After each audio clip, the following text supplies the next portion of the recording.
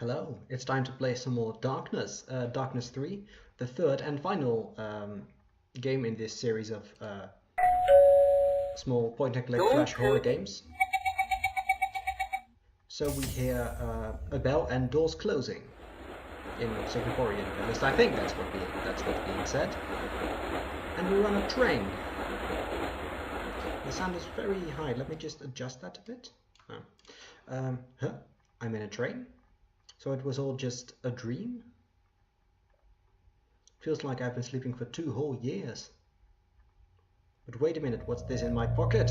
Ah, it's the stone egg that we found in the hole. So I guess in retrospect, that is because there was a key behind the stone egg, and I was sort of complaining about, okay, don't put 2 items in the same location without it being clear that there is a second item. In retrospect, this is a good way to make sure that we cannot complete that game without finding the stone egg, but it's kind of ham-fisted perhaps, I don't know. It's a nice sunny sunshiny day outside. And there was a ghost, but now there's no one here. Anyway, we found a small metal thing. And I remember having to look under the seats for this game. And here we find a piece of paper. And it was stuck to the seat with some chewing gum, which we're just going to put in our pocket because, hey, that's normal. We find a good old candle, but we don't have any matches anymore. And there's also a box, and the box is what these rings are for. So I remember that we basically have to search everywhere. But that was all. Oh, a mirror.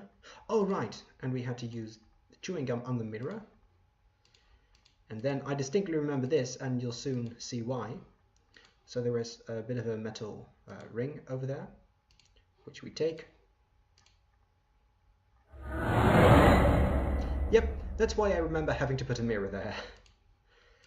Anyway, what we have to do is put the metal ring in here. And then there is a yellow stain on here. Oh. Lemony spot. This part of the paper smells of lemons. So we use the candle on that. And that's not how writing in... Come on, go away, inventory. That's not how writing in lemon juice works, but okay. OO square X. So let's put that in. Past it. OO square X, and it opens up. We have a mechanism and a mirror. And naturally we get attacked, so we have to panic.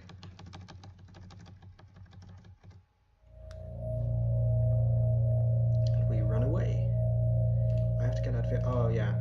This part, you see all of this crap lying around everywhere.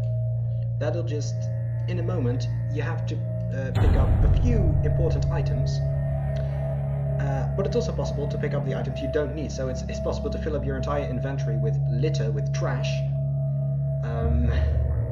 which is really distracting and can make it difficult to combine the right items to combine. Thankfully, I remember what the solution is.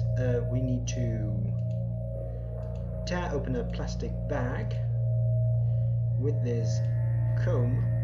And I remember this so distinctly because I used to always fail the next part of the puzzle.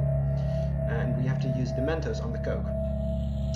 And using this Coke reaction, we have to fend off the darkness. And when I was younger, I could never figure out how to do this, and I would keep failing, so that's why I so distinctly remember how to solve that previous puzzle. Okay, and we get attacked. But the darkness didn't completely surround us, thankfully. What happened? I thought it was done for. So did I. The doors must be jammed. Maybe I should try another door. In that situation, just use all of your might to open the doors. Good grief. Okay, so we have to find a door that's open.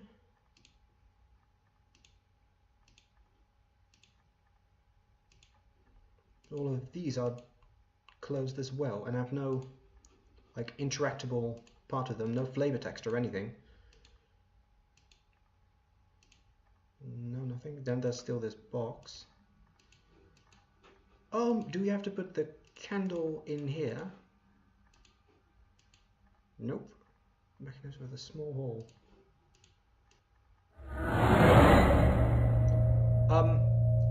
So observation number 1. Yeah, your key. Observation number 2. What the heck is that? Don't mind me while I pick up the key, I guess. Okay, she's angry.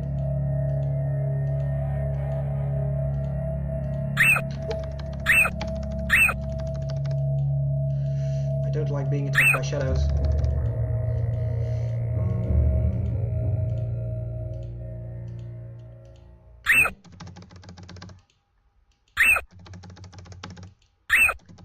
I have a feeling that my hitbox is way too large.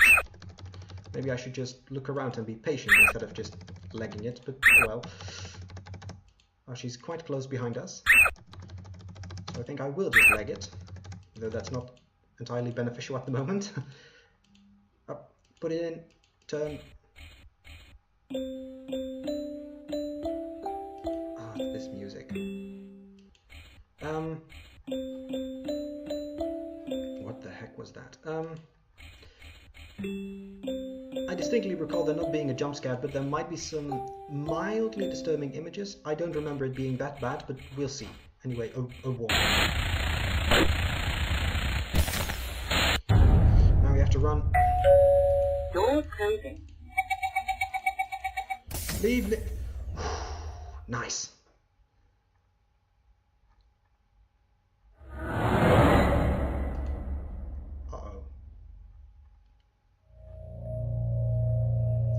If you want to play this game, you can go to this blogspot. I don't think they've been active for a while, not entirely certain of that. But there's also a second ending to the game, which I will show you right now. So I'm going to quickly replay the game. Okay, we're back here. So now we, again... I don't want to stand that close to it as I grab the key. Okay, run.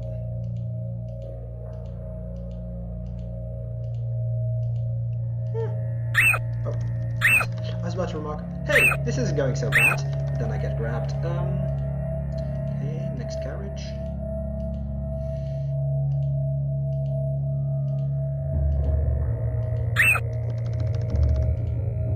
She isn't that, oh, whoops, she isn't that close behind us. That went surprisingly smoothly. Okay, turn.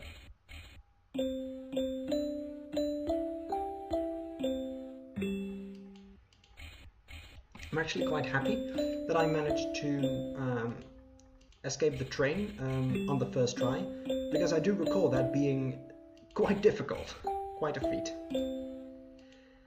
So yeah, I'm glad that went well on the first try. Okay, and now if I don't try my darndest, I will not manage to escape. Oh no, I'm too late. I need to sit down for a while and think this through. It seems so real yet so unreal, yet so surreal. And you look down, and then that happens. So, the red text that appeared after I turned the key, I don't remember the details, and I will look this up after I stop recording, but I recall it having something to do with delusions, which would strongly suggest that the main character is actually not haunted, but plagued by delusions. Which is a weird conclusion for like a game about supposedly ghosts, but hey ho. Yeah, this is a horror point-and-click game I used to play when I was younger, and now I played it again, and it was tremendously less scary and less difficult because I've already beat it in the past. Still, I hope you had fun watching. Happy Halloween, and see you next time.